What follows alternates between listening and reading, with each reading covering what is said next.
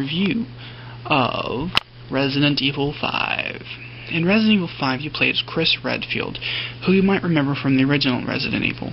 This game is set 10 years after the first Resident Evil, and you are now in Africa.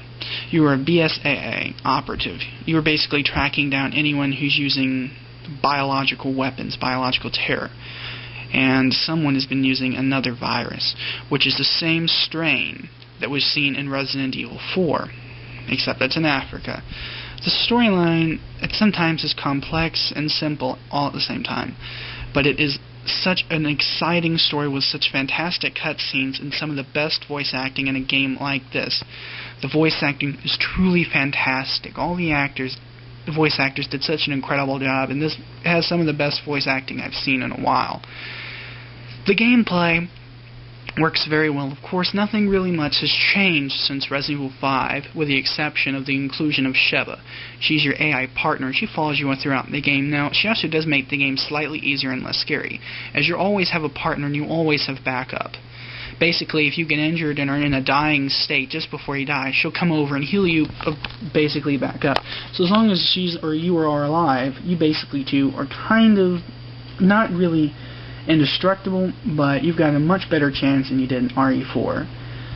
The standard gameplay has remained the same. You hold down the aiming trigger, brings up the gun cursor, you aim, you fire, same basic thing. You of course still cannot move and shoot at the same time, but it doesn't really hinder the gameplay at all because the enemies aren't that smart, and basically they'll tend to run at you and then stop, and then that'll give you a chance to line up your shot and take it.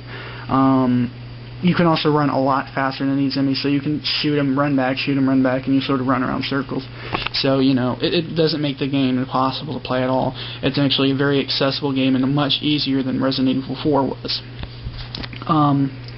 The difficulty in this game on easy is really fun. You know, it's not too challenging, but it gives just enough challenge to not make it boring. So the gameplay basically remains the same. There are a lot more weapons, however, you can use this time around. The graphics in this game are also truly fantastic, and some of the best graphics I have seen on the Xbox 360 and PS3.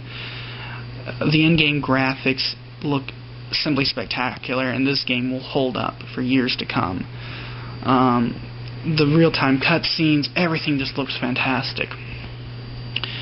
And on top of that, the game is just really enjoyable to play. The gameplay works very well. It's very refined. Scoring that perfect headshot on a zombie, you know, it is fantastic, and it's extremely satisfying to play. Overall, Resident Evil 5 is an extremely satisfying, very fun game, and a great sequel. It's a truly amazing game that I highly recommend to anyone who is into these sort of things, but again, it is not as scary as RE4 was, and it's definitely not as challenging, but you'll get a solid 10 to 15 hours out of this game. It's truly worth playing, and I highly recommend it to anyone looking for a great action game. Resident Evil 5 gets a 5 out of 5. Thanks for watching.